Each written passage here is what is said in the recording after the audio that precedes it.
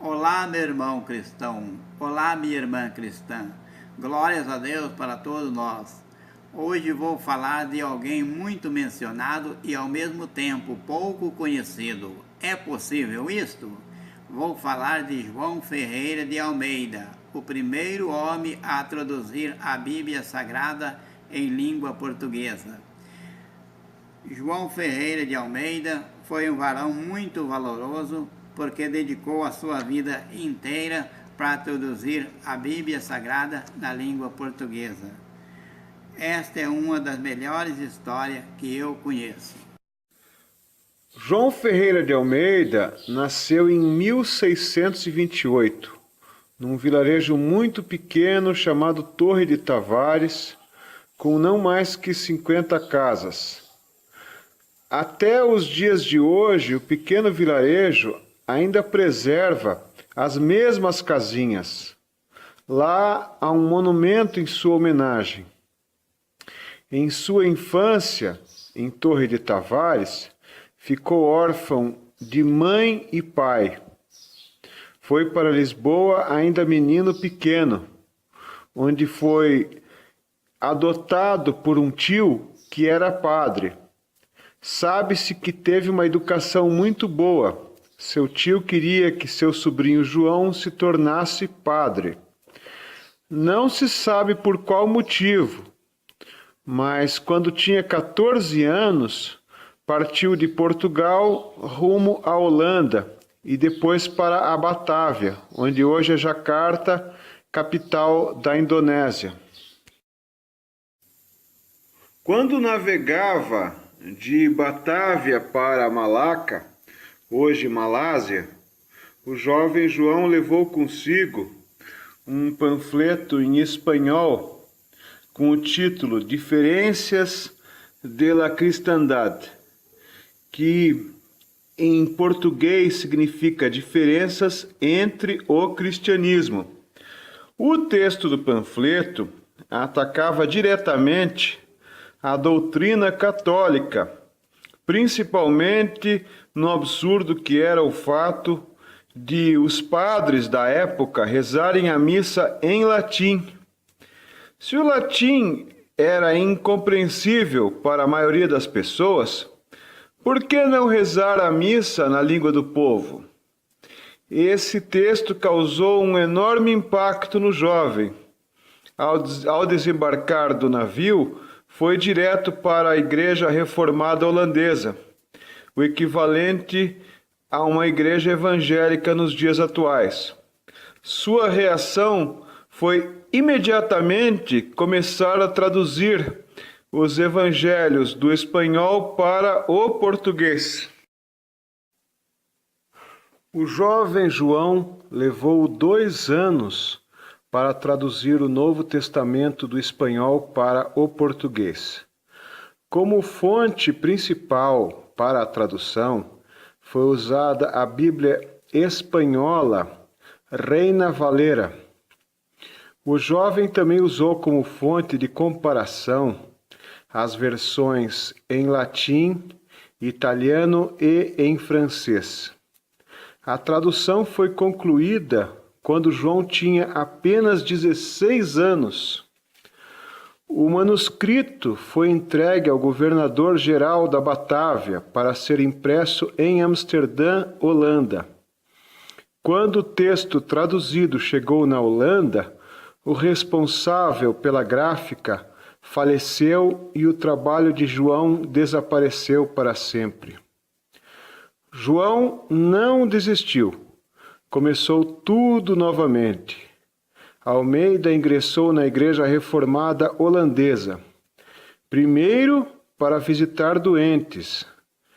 Depois de muitos estudos, foi aprovado como pastor e missionário. O jovem missionário foi enviado primeiro para o Ceilão, atualmente Sri Lanka, Lá ele conheceu sua esposa e teve um filho e uma filha. Depois foi enviado para Goa, colônia portuguesa na Índia. Lá João Ferreira de Almeida foi considerado um herege, um traidor, pois ele sempre falava contra os princípios católicos e a favor da Igreja protestante. Subitamente, João foi preso e submetido a um julgamento terrível, conhecido como Santa Inquisição. O agora réu, João Ferreira de Almeida, foi condenado à morte pelo crime de heresia. Na prisão imunda, semelhante a um calabouço medieval, parecia estar tudo acabado para o jovem missionário.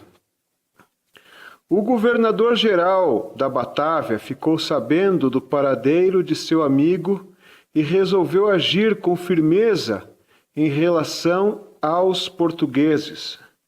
Enviou um ultimato. João Ferreira de Almeida é cidadão naturalizado holandês. Se não extraditarem o referido cidadão para a Batávia, certamente haverá guerra. Diante de tamanha pressão diplomática, o governador português de Goa achou por bem extraditar João para a Batávia.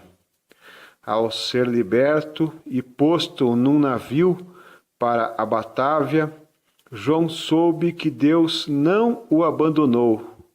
Foi um milagre ele ter escapado da pena de morte. Em 1676, Almeida apresentou sua tradução perante a Igreja Reformada da Batávia para revisão. As relações entre Almeida e os revisores ficaram tensas. Ora, a essa altura, Almeida já tinha aprendido hebraico e grego, além de dominar outras tantas línguas. Mesmo assim, os revisores não paravam de questionar uma palavra aqui, outro trecho ali. Isso causou grande demora no trabalho de revisão. 4 anos mais tarde, ainda estavam no Evangelho de Lucas. Almeida tomou uma atitude drástica. Sem autorização dos revisores, enviou uma cópia para a Holanda, solicitando a publicação.